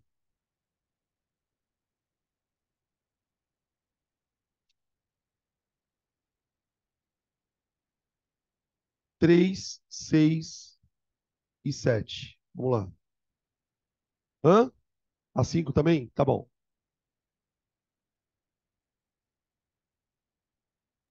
Pediram a 13 aqui também, se der tempo. Ah, foi a 13 ou é a 3? Foi a Pediram 3, 13? 6 e 13. 3. Tá. Então já tem jeito de ter uma listinha. 3, 5, 6, 7, 13. Então vamos lá. A questão 3 é uma questão filha da mãe também. Assim, essas questões que têm desenho sempre atrapalham a nossa vida, né? Questão 3. Ela começa lá na página 25, na última linha. O quadro mostra valores de corrente elétrica e os seus efeitos no corpo humano. Dor e contração muscular, aumento de contração muscular, parada respiratória, fibrilação ventricular e parada cardíaca e queimaduras. Depende da intensidade da corrente. Muito bem. A corrente que percorrerá o corpo de um indivíduo depende da tensão aplicada e da resistência elétrica do corpo. Ou seja, gente, o que ele está falando nas entrelinhas? Que a corrente é igual a U sobre R. O famoso URI, né? Corrente depende do U do R. Ele fala assim, resistência do corpo humano. Este último fator, que é a resistência do corpo humano, está intimamente relacionado com a umidade da pele. Você já deve ter tomado choque molhado e choque seco. Choque molhado é muito mais forte. Por quê? Porque tua resistência baixa. Passa mais corrente em você. Por isso que é perigoso tomar choque molhado. O choque molhado ele pode matar. Você pode tomar um choque molhado numa coisinha tosca e morrer. Sendo que se você está seco, não. Porque a resistência baixa. Ele fala aqui, ó. Este último fator, que é a resistência do corpo, está intimamente relacionado com a umidade da pele seca, que apresenta resistência na ordem de 500 quiloohms. Então, resistência da pele seca, 500 quiloohms, ou seja, 500 mil ohms. Só que da pele molhada pode chegar a 1 quiloohm. Olha a diferença de resistência, gente.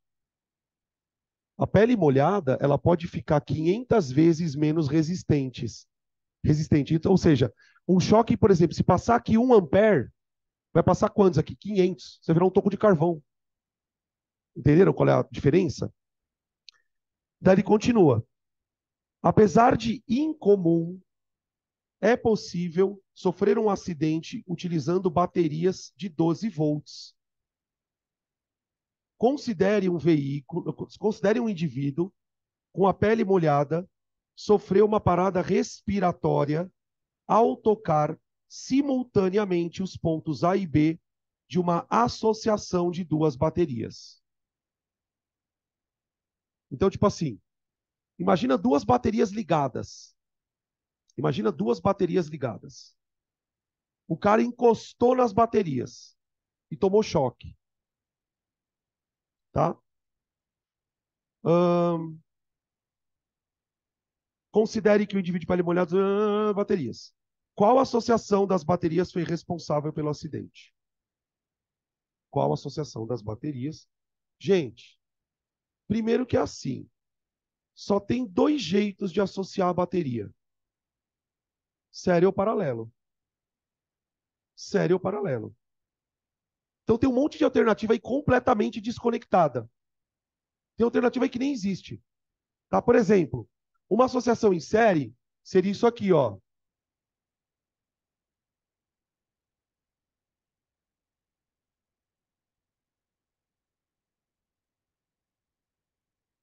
Ó.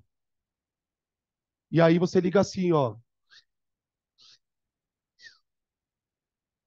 Deixa eu ver se tem alguma assim. Tem a A, né? Tem a A. Isso. E a associação em paralelo seria assim, ó.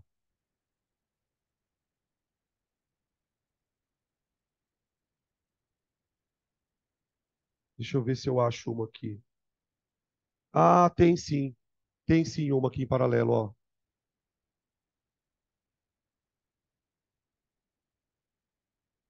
Ó. Não, então, dá para associar em paralelo. Você pode associar a bateria em paralelo. Agora, qual que é a diferença de associar a bateria em série ou paralelo? A DDP que ela fornece. São duas baterias de 12 volts, não é? Quando eu associo duas baterias em série, a DDP delas será 24 volts. Porque você soma as DDPs. Quando eu associo baterias em paralelo, o que eu estou fazendo, gente? Eu estou fazendo isso, ó. Deixa eu desenhar que eu acho que fica mais fácil de vocês entenderem. Ó. Assim, ó. Como elas têm a mesma DDP, 12 e 12, quando eu associar elas em paralelo, isso aqui vai virar uma bateria equivalente. Na associação em paralelo, a DDP que ela fornece para o circuito é 12 também. É a mesma DDP das duas. Aí você fala assim, Danilo, mas então qual é a graça de fazer associação em paralelo de bateria? O que acontece é o seguinte, quando você associa duas baterias em série, tem uma coisa boa. Elas fornecem uma DDP maior. Só que se uma queimar, fudeu. Para tudo. Quando eu associo baterias em paralelo, a DDP não é maior. Só que se uma queimar, a outra funciona. É como se fosse um backup de bateria, tá ligado? Você põe duas baterias associadas em paralelo. Um gerador ligado num gerador. Se um gerador queimar, o outro continua funcionando. Então, assim, só podem ter duas alternativas. Ou é associação em série, ou é em paralelo. Ah, mas fala, como é que eu vou saber, Danilo? Precisa ver qual a DDP que ele tomou choque. Vamos lá. O cara sofreu parada respiratória. Para ele sofrer parada respiratória, a corrente tem que ser entre 20 e 100 miliamperes. Então, você concorda que para ele ter sofrido parada respiratória, a corrente que deve ter passado nele tem que ser pelo menos 20 miliamperes? Tá bom. Para ele tomar um choque de 20 miliamperes, qual é a DDP que ele tem que ter encostado? Vamos fazer a conta? Uri.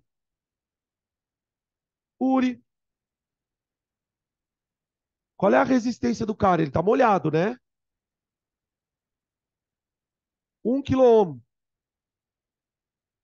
1 quiloohm. 1000 ohms. 1000 ohms. Tudo bem, gente? Qual que é a corrente que pelo menos tem que passar no maluco? 20 miliampere. 20 vezes 10 a menos 3. Tudo bem? Quanto que dá isso, gente? Ó, 10 a terceira vezes 10 a menos 3 dá 10 elevado a zero. 20 volts. Então é o seguinte, mano. Para ele ter sofrido uma parada respiratória, ele tem que ter encostado numa coisa que tenha no mínimo 20 volts. Então não pode ser associação em paralelo. Só pode ser a série. Porque a série, ela é 24. Então aqui ele vai tomar choque. Aqui ele vai tomar choque. Tá? Então a alternativa é A. A. A. A letra E são duas baterias, uma ligada na outra, em curto. Elas vão. Uma coisa idiota. Imagina você fazer assim. Na verdade, deixa eu ver se eu posso dizer que é isso. É positivo com negativo. Ela é uma bateria em série com a outra, mas não tem nada alimentando. Elas vão se queimar a própria DDP delas. Tudo bem? Aí tinham pedido qual? A 6, 7, 5. Puta, a 5 é foda, cara. A 5 é osso. A alternativa B tá em paralelo também? Deixa eu ver. A B também está paralelo, verdade. A B e a C estão em paralelo, só que ele só trocou os polos. Isso mesmo. Boa. Pode anotar aí também se você quiser, tá? Eu não tinha reparado. A B está em paralelo também. Então, tipo, era ou A, ou B, ou C. Possíveis, né? Ô, professor, Oi. mas nesse caso aí, a letra B, ela só estão conectados os polos negativos. Os polos positivos estão nas extremidades. Então, é por isso, ele vai encostar ali. Ele vai encostar nos dois polos positivos. Você tem duas baterias em paralelo. É basicamente isso. É a mesma coisa que acontece na C. Só ele só trocou os polos, na verdade. Tá? Ele tem que pegar nos dois. Ele tem que pegar nos dois. Não, ele tem que fechar o circuito. Ele tem que necessariamente fechar o circuito. Ele precisa pegar nas extremidades, que são os fios onde ele supostamente vai encostar. Quando ele fala, encostou na bateria, ele encostou naqueles dois fios das extremidades. Tá bem? Fala. Não teria como saber. E aí ele teria que botar só um tipo de associação em paralelo. Porque aí você teria a Se resposta ele dupla. encostasse no paralelo, teria consequência? Ele vai tomar um choque de 12 volts. Vamos ver o que acontece se ele tomar um choque de 12 volts? Faz a conta comigo aqui, ó. 12 igual. Qual a resistência interna do cara? 1 quiloohm, não é? Vezes I. Você concorda que a corrente vai ser 12 miliampere? Conseguem perceber isso, gente? Ó, passa o 10 a terceira dividindo, vai dar 12 miliampere. O que dá 12 miliampere no cara? Aumento das contrações musculares. Ele teria essa consequência. Aumento das contrações musculares. Entendeu? Beleza? Sabe quando você fica... Tipo assim. Questão 5.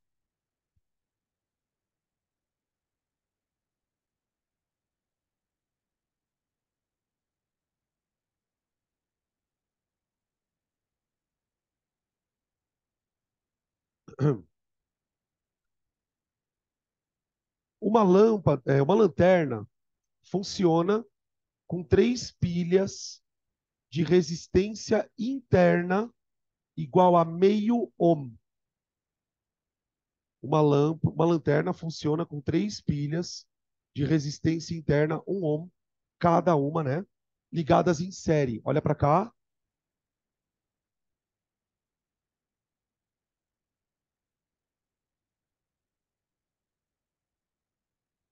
Aqui, ó. Opa.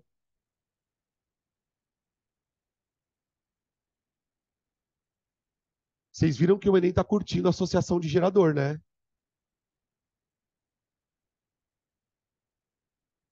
Primeira questão que a gente fez a associação de gerador, aqui a associação de gerador, aqui a associação de gerador, tá?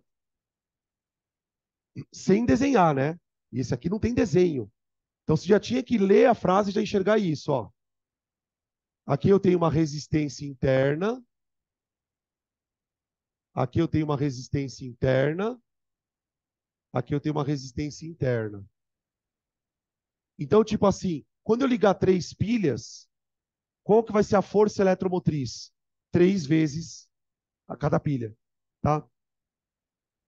Quando posicionadas corretamente, devem acender a lâmpada incandescente de especificações 4,5 watts e 4,5 volts. Gente, quando a gente compra uma lâmpada na loja, uma lâmpada, ela foi testada na fábrica, não foi? Como que eles testam uma lâmpada? Eles ligam a lâmpada numa DDP e medem tudo que for possível. Então, a lâmpada que eles vão botar na lanterna, ela está funcionando com 4,5 volts, ou seja, lá na fábrica, ela foi ligada em 4,5 volts e ela dissipou uma potência de 4,5 watts. Tá bem? Continuando. Cada pilha, na posição correta, gera uma FEM de 1,5 volts. Ah, ó, ó, ó.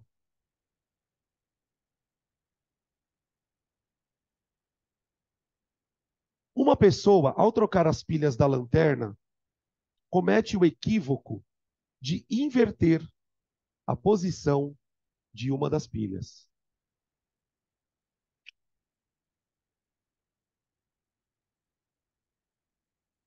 Tudo bem. Olha o que acontece.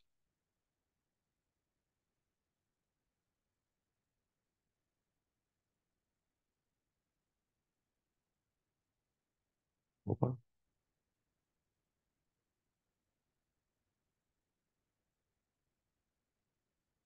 Olha só, gente. Aqui, ó, positivo, negativo, positivo, negativo, positivo, negativo. Ou seja, a partir do momento que o cara inverteu uma pilha, essa pilha passa a ser um receptor. Ela vai consumir energia. Ela vira um receptor. Então, ao invés de você ter 3 pilhas abastecendo uma coisa, você tem 2 pilhas abastecendo e uma consumindo. Só porque ele inverteu. Só porque ele inverteu o polo. Tá? Continuando. Uma pessoa, ao trocar as pilhas da bateria e da lanterna, comete o equívoco de inverter a posição de uma das pilhas. Considere que as pilhas mantêm contato independentemente da posição.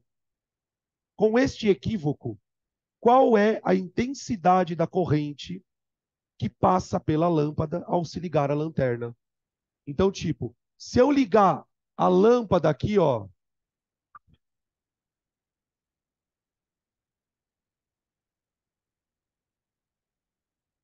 virou um circuito, tá vendo? Mano, esse circuito é o mais foda que tem na física.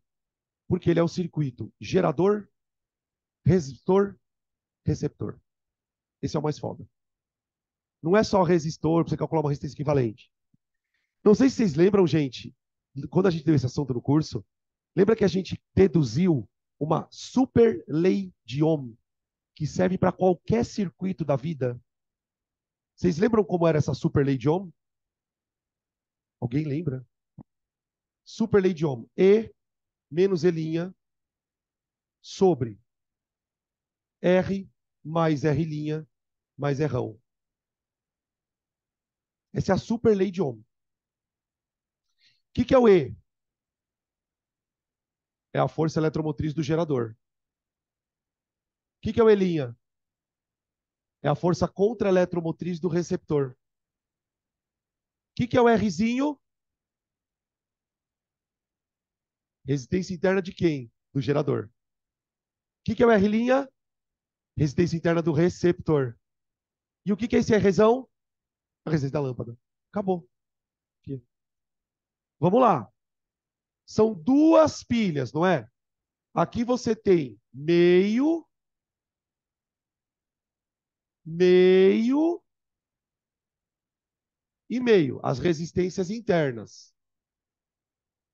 Aqui eu tenho 1, perdão, e meio volt, 1,5 volt e 1,5 volt.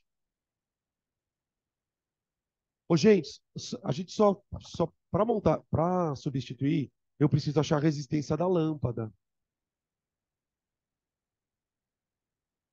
Como que eu acho a resistência da lâmpada? Vai nas especificações de fábrica dela. Ele disse que essa lâmpada, quando ligada em 4,5, ela produz 4,5 watts, não é? Faz por.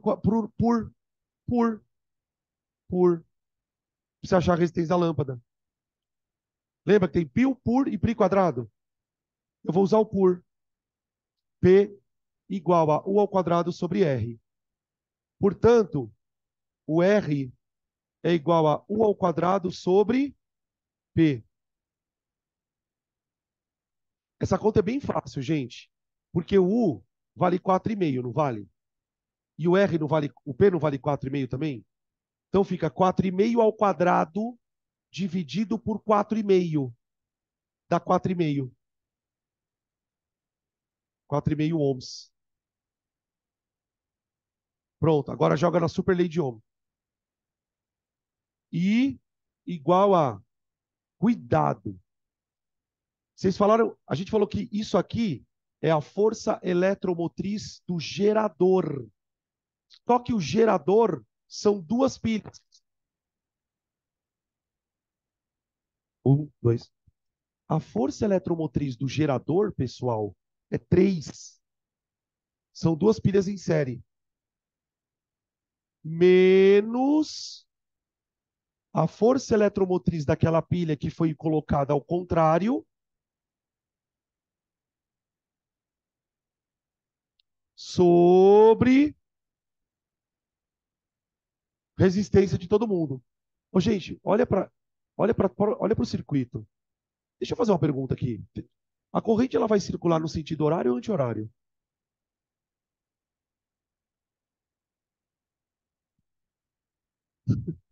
Por que horário? A corrente não sai do polo positivo? Oi, acho que tá ruim. Ô, gente, isso aqui é o gerador, ó. Ou a gente faz isso, ó. Ela faz isso, tá? Ó, tá? Não que isso afete a resolução do problema, mas é sempre bom falar. Eu tenho meio mais meio mais meio mais 4,5. Quanto que dá isso? 6. Porque aqui em cima dá 1,5. Tá todo mundo em série, né? Ó. Corrente passa por todo mundo. Então vai dar 6 aqui embaixo. 1,5, que são 3 resistências internas, mais 4,5. Olha lá. Oi.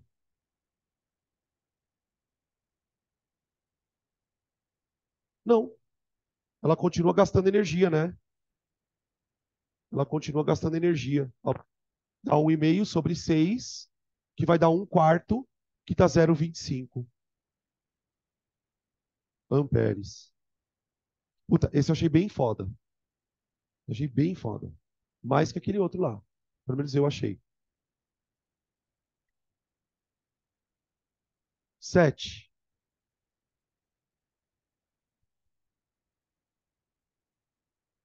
Ah, deixa eu ficar aqui, peraí, pessoal tirar foto. Tem a 6 também. Tá.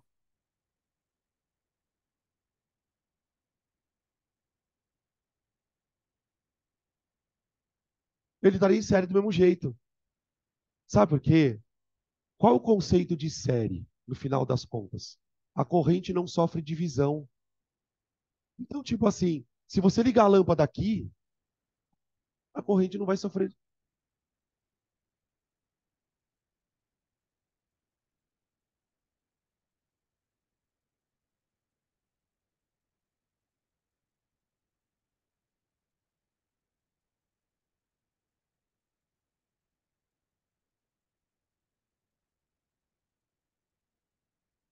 Assim, né? Então aí você teria que calcular um REC. Você teria que calcular um REC. Você faria paralelo aqui, ficaria aqui em cima E menos E', tudo bem? Só que daí você colocaria aqui um REC paralelo mais série. Aí você joga aqui, entendeu? Só vai mudar a resistência equivalente mesmo.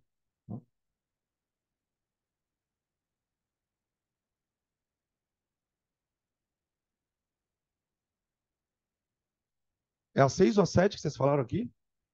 7. Tá, e depois a 6, né? Tá.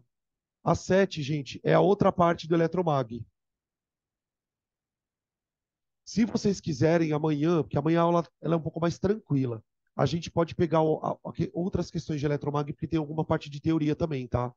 Vocês dêem uma olhada entre hoje e amanhã, se vocês sentirem da gente fazer também, tá? Porque eu tenho medo que caia eletromag e a gente não tenha falado aqui na aula. Ô, gente, a questão 7, lembra que eu falei que existem 3 fenômenos magnéticos? Pois bem, um outro fenômeno eletromagnético, o primeiro fenômeno é carga quando entra no campo sofre ação de força. Rega da mão esquerda. O segundo fenômeno tem a ver com campo magnético. Quando a gente pensa em campo magnético, geralmente a gente pensa em ímã. O ímã é a fonte mais barata de campo magnético que existe. Só que o ímã, gente, para gerar um campo magnético forte, ele é meio ruim. Você não consegue construir o ímã do tamanho de uma casa para gerar um campo magnético forte. O que os caras descobriram ao longo da física experimental? Que eu consigo criar campos magnéticos extremamente poderosos a ponto de levantar um trem.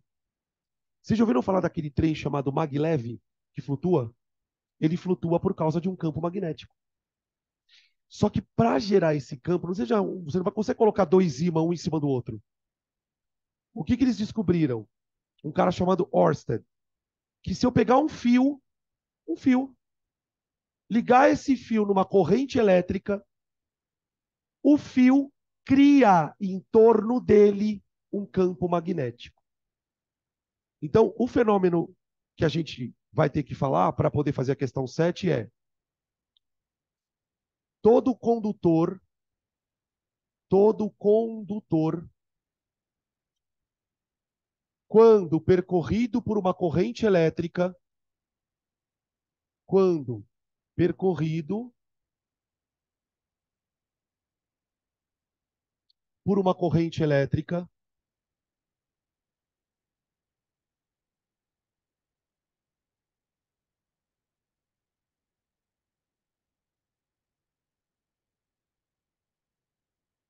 cria em torno de si, cria ao redor de si, e ao seu redor, um campo magnético.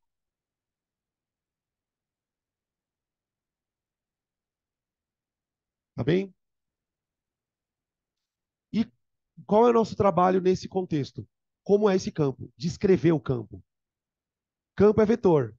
Então, o que significa descrever um vetor? Módulo, direção e sentido. Só que tem um problema aqui. Esse campo pode ser gerado por 3 tipos de condutores. O condutor pode ser um fio retilíneo,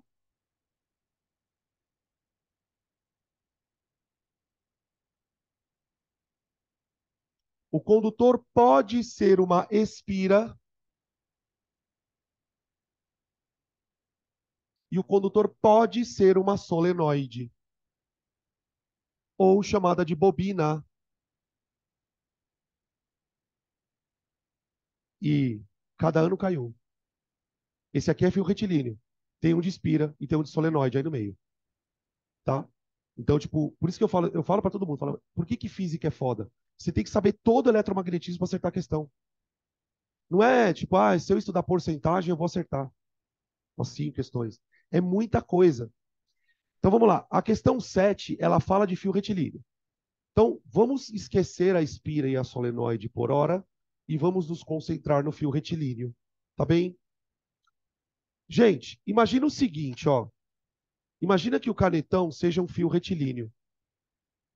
E eu vou espetar esse fio num papel. Tudo bem? Assim, ó. Está espetado num papel. E eu vou passar corrente no fio.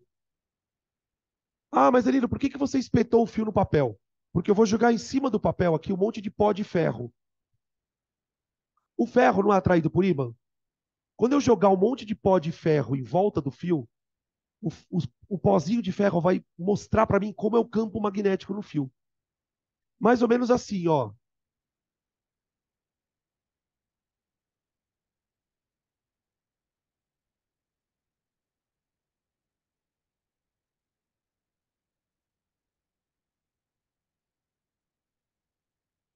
Ó,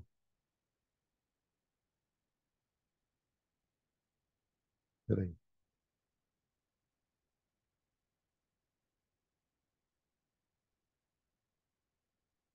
E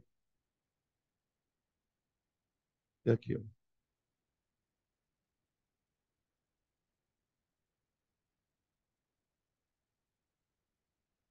Ó, o fio está espetado no papel.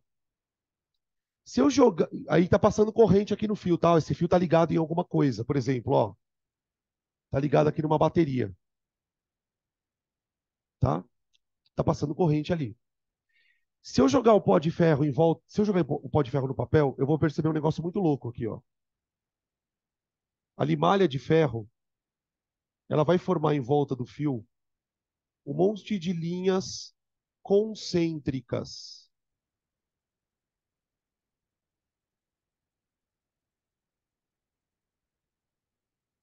Ele é um campo circular. Não é que nem no ímã, que faz assim, ó. É, é, é. Não é. É um campo que envolve o fio. Como se fosse um rocambole. Tá o fio aqui e o campo em volta. E o campo em volta, tá?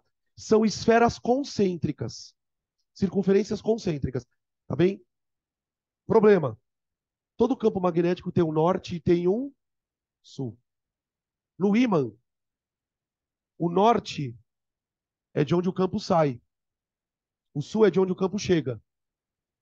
Não tem isso no círculo. Não tem de onde ele sai.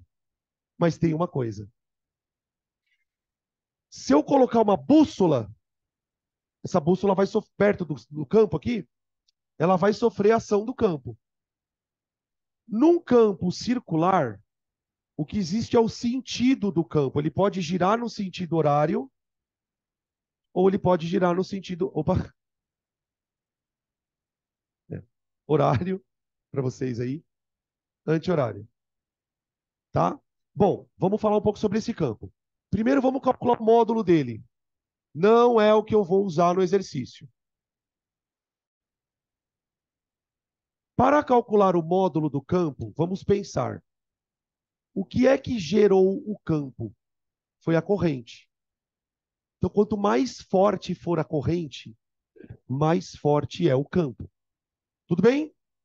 Segunda coisa, o campo é gerado no fio. Então, por exemplo, se eu pegar um ponto aqui longe do fio, o campo é fraco.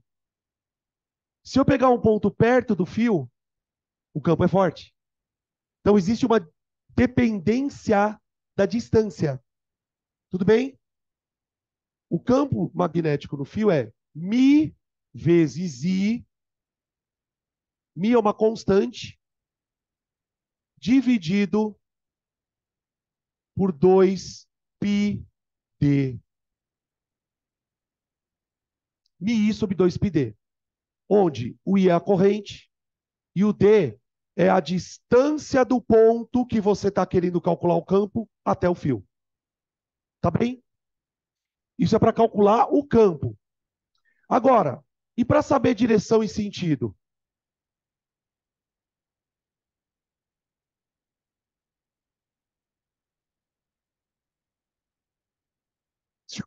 Regra da mão direita. Regra da mão direita. Esquece a esquerda. A regra da mão direita é o seguinte. O teu polegar é a corrente.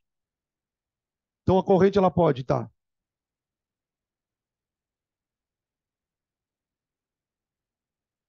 Desculpa, é o meu celular.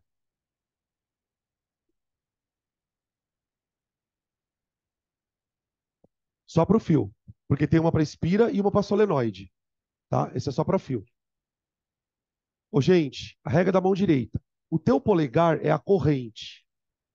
Então, por exemplo, o meu fio, ele está na vertical, não está?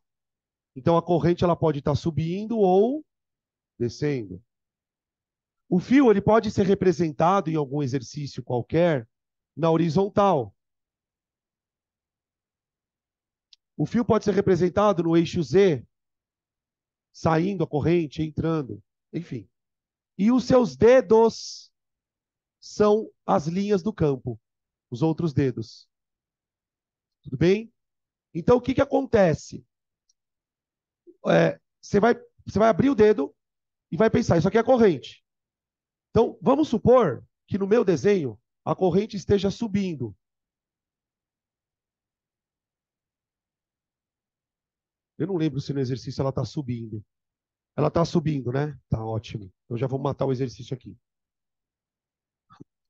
Tá. Se ela está subindo, eu faço isso. Então o campo ele vai entrar pela direita, passar da direita para a esquerda por trás do fio, ó. Olha a minha mão aqui, ó. Ele vai entrar pela direita, aqui, ó. Vai passar por trás do fio da direita para a esquerda, vai sair para a esquerda e aqui na frente ele vai cruzar. Ele vai fazer isso, ó. Olha para minha mão. Uéu, uéu, uéu. Ele vai fazer isso, ó. Entra por aqui e sai por aqui, ó.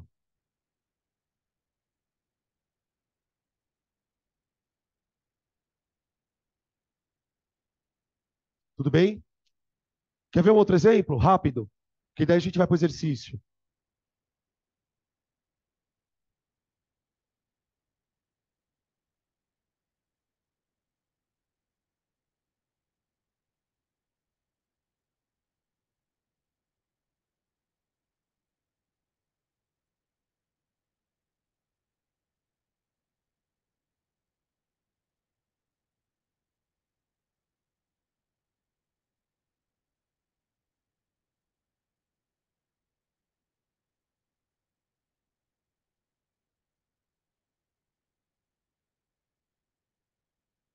Ó, faz o contrário. Aqui eu tenho um fio, ó. Fio. A corrente está descendo, tá? O campo, gente, ele sempre vai formar circunferências, tá?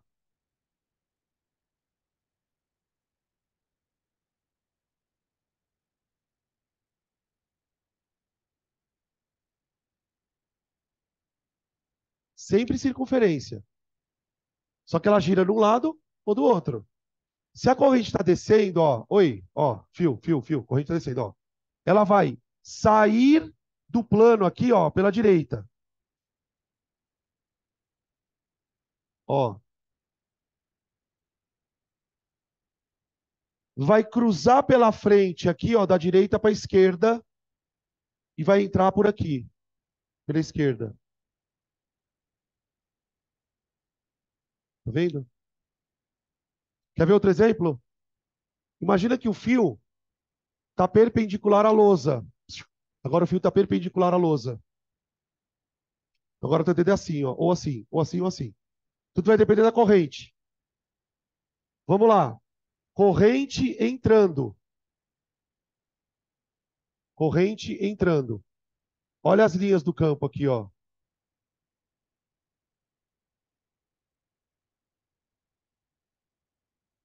Ó, sobe pela esquerda, passa por cima, desce pela direita. Ó, ó, ó e ó. Deu para entender, gente? Tá, agora presta atenção numa coisa, rápido. Como é que eu provo que isso está acontecendo? Eu pego uma bússola e aproximo do fio. O que que a bússola faz, gente? Ela se orienta por campos magnéticos. Não é mesmo? Muito bem. Então, por exemplo, se eu tivesse que desenhar o vetor campo magnético nesse ponto, eu desenharia o vetor assim, ó. Ó. Só que é o campo magnético nesse ponto. Se eu tivesse que desenhar o campo magnético aqui, ó, como eu desenho? Assim, ó. Não é mesmo?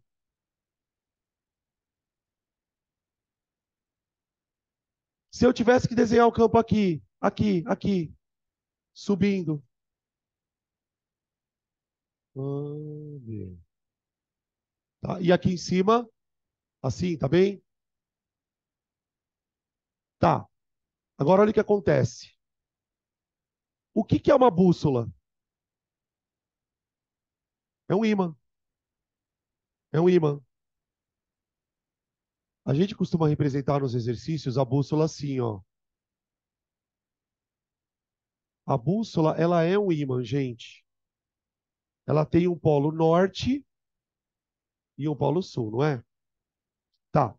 Então, se você aproximar a bússola de qualquer campo magnético, o que acontecerá?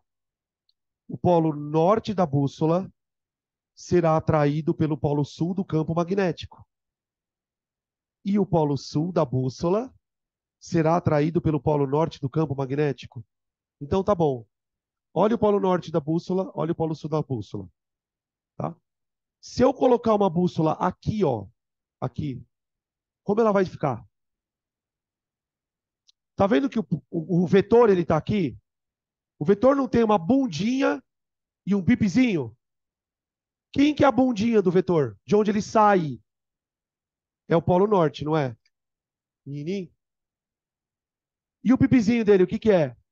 É o sul. Então, se eu encostar uma bússola aqui, como ela vai se alinhar?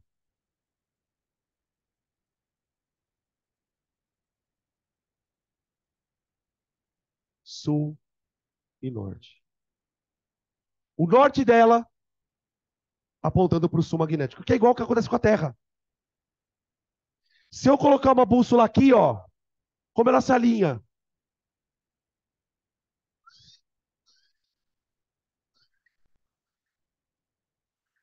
Quem é esse lugar da bússola?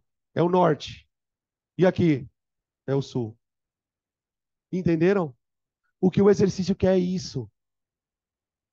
O que o exercício quer é isso.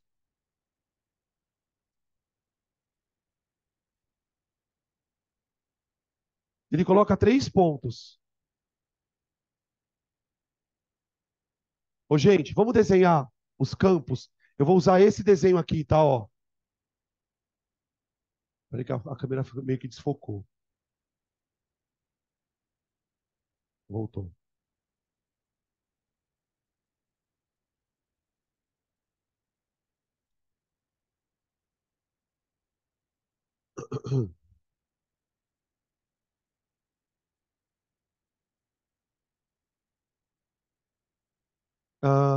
Bom, ele coloca 3 pontos. O ponto A, ele coloca mais ou menos aqui, ó. Deixa eu fazer de roxo, fica mais fácil o pessoal desenhar, ouvir, de casa.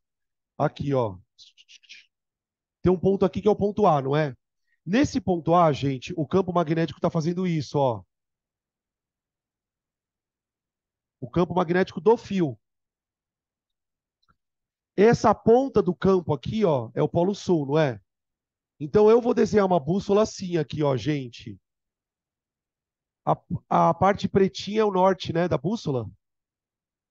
É? É. Então eu vou desenhar o pretinho para baixo aqui, ó. A parte norte da bússola está apontando para o sul magnético, tá? Então já dá para excluir qual? A A, a B e a E. Ficou C e D. Isso. Puta, a C é absurda, né? Nada a ver. A C é absurda. Aí ele colocou um outro ponto aqui, ó. O ponto B aqui, ó. O campo, ele tá assim, ó, gente.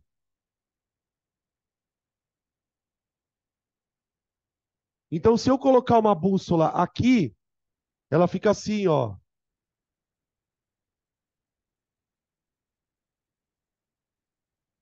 Olha lá. E o outro é o C. Aqui, ó.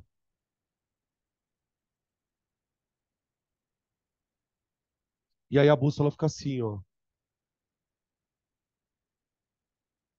Olha lá.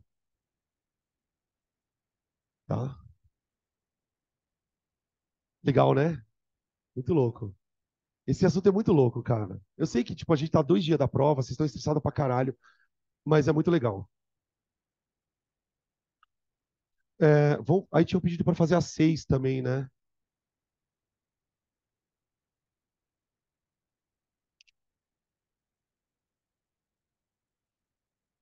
Às 6.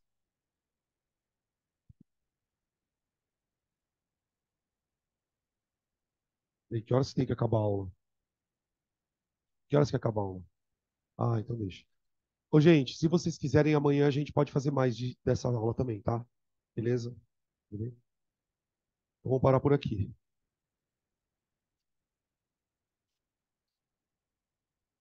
Deixar vocês saírem para o intervalo. Pessoal de casa, tchau para vocês aí.